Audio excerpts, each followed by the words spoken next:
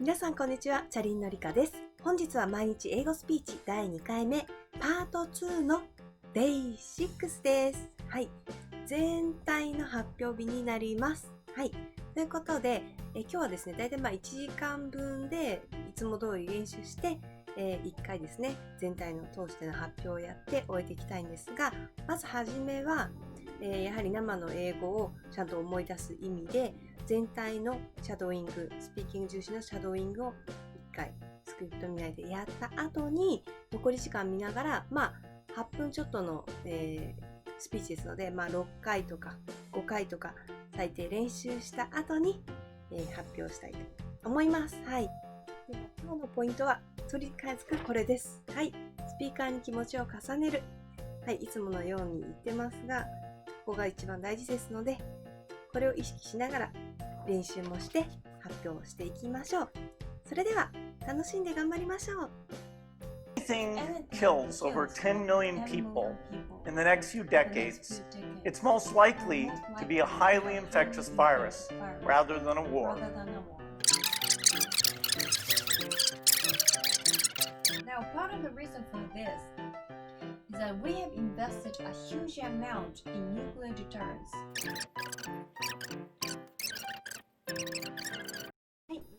お疲れ様でした。はい。それではですね、早速ですけれども、皆さんもぜひお家でですね、この第2回目を締めくくるために、ぜひ発表して終わってもらって、私もですね、記録して、いつも通りですね、発表させていただこうと思います。どうぞよろしくお願いいたします。よいしょ、頑張ろう。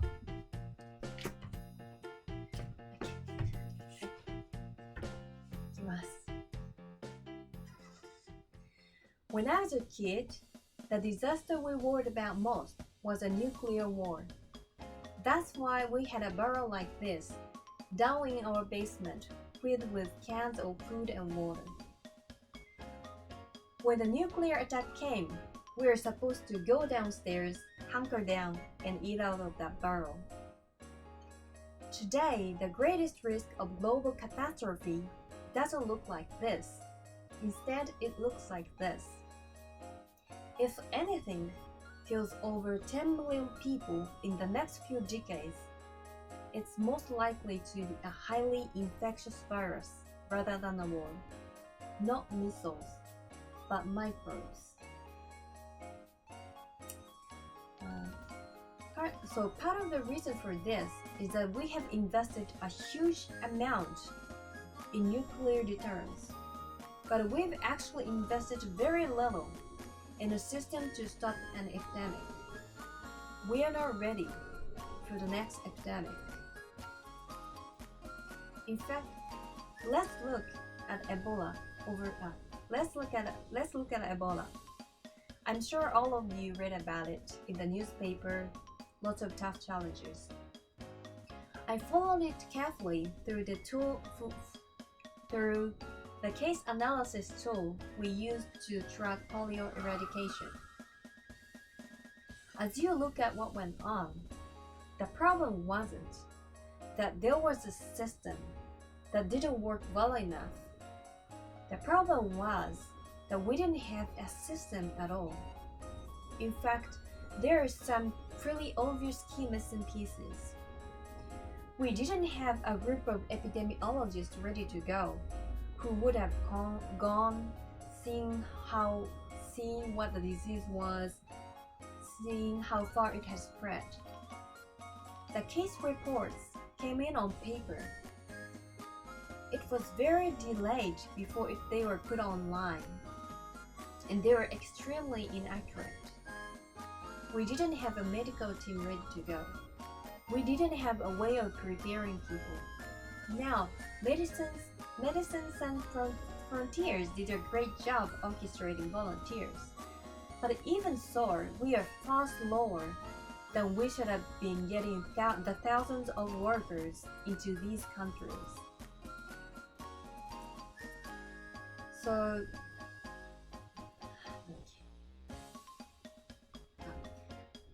and a large epidemic would require us to have hundreds and thousands of workers. There was no one there. to look at treatment approaches, no one to look at the diagnostics, no one to figure out what tools should be used. As an example, we could have taken the blood of survivors, processed it, and put the plasma back in people to protect them. But that was never tried. So there is a lot that was missing. And these things are really a global failure. The WHO is founded to monitor epidemics, but not to do these things I talk about. Now in the movies, it's quite different. There's a group of handsome epidemiologists ready to go. They move in, they save the day. But that's just pure Hollywood. The failure to prepare could allow the next epidemic to be dramatically devastating, to be dramatically more devastating than Ebola.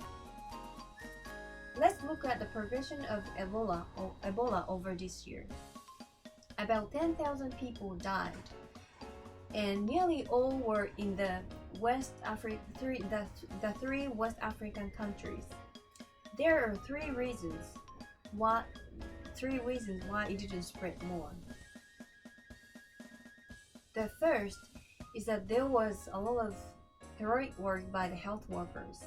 They found the people and they prevented more infections. The second is the nature of the virus. Ebola does not spread through the air. And by the time you're contagious, people are so sick that they're bedridden. Third, it didn't get into many urban areas, and that was just luck. If it had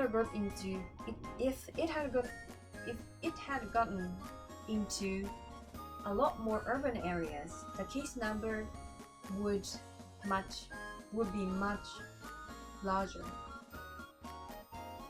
Would have been much larger. We might not be lucky. Next time we might not be so lucky.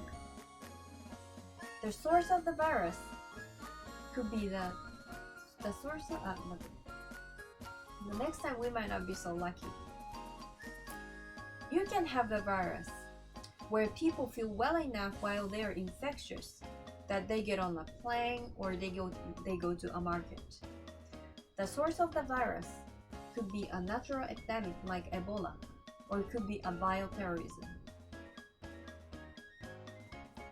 So there are things that could literally make things 1,000 times worse. In fact, let's look at a model of the virus spread through the air like the Spanish flu back in 1918. Here's what would happen. It would spread throughout the world very, very quickly. You can see over 30 million people died from that epidemic. This is a serious problem. We should be concerned. But in fact, we can build a really good response system. We have the benefits of all the science and technology that we talk about here. We've got the cell phones to get information from the public and get information out to them. We have satellite maps where we can see where people are and what they are moving. We have advances in biology that should dramatically change the turnaround time to look at the pathogen and be able to make drugs and vaccines that fit for the pathogen. So we can have tools, but those tools need to be put into an overall global health system, and we need preparedness. The best lessons, I think, on how to get prepared are again what we do for war. For soldiers, we have full-time waiting to go. We have reserves that can scale us up to large numbers. We Neither has a mobile unit that can deploy very rapidly. Neither does a lot of war games to check are people well trained. Do they understand fuel and logistics and the same radio frequencies? So those are the kinds of things that we need to do with an epidemic. What are the key pieces? First, we need a strong health system in poor countries. That's where mothers can give birth safely and kids can get all the vaccines. But also where we will see the outbreak very early on. We need a medical reserve corps. Lots of people who've got the training and background who are ready to go with the expertise. And then we need to pair those medical people with the military, taking advantage of the military's ability to move fast, do logistics and secure areas. And we need to do simulations, germ games, not war games, so that we see where the holes are. The last time a germ game was done in the United States was back in 2001, and it didn't go so well. So far, the score is germs 1, people 0. Finally, we need to do lots of advanced R&D in areas of vaccines and diagnostics. There is some big breakthroughs like the adeno-associated virus that could work very, very quickly. Now, I don't have an exact budget for what it would cost, but I'm quite sure it's very modest compared to the potential harm. The World Bank estimates if we have a worldwide flu epidemic, global wealth will go down by $3 trillion, and we would have millions and millions of deaths. These investments offer significant benefits beyond just being ready for the epidemic. The primary health care, the R&D, those things will reduce global health equity and make the world more just as well as more safe. So I think this should absolutely a priority. There's no need to panic. You don't have to hoard cans of spaghetti or go down into the basement. But we need to get going because time is not on our side. In fact, if there's one positive thing that can come out of the Ebola epidemic, is that it can serve as an early warning, wake-up call to get ready. If we start now, we can be ready for the next epidemic. Thank you. イエーイ！はい、ということで、終わりました。まあ悪くなかったかな。ちょっと飛んでる場所あるかもしれないですけど、まあいいでしょう。はい、ということで、皆さんもね、11日間大変お疲れ様でした。私も今回結構ね、お休み取りながら、まあ1日に結構1回ぐらいはできてなくて、1日飛ばしぐらいで詰めてたんですけど、まあそれでもいいかなと。とにかくですね、時間かかっちゃってもいいので、続けていくことが大事だと思います。はい。ですのでまたね、第3回目も、面白いスピーチ、勉強になるスピーチ、モチベーションになるスピーチを探して皆さんと一緒に、トレーニングしていきたいと思っていますので、引き続きよろしくお願いします。それでは皆さんお疲れ様でした。次第3回目で会いましょう。またね。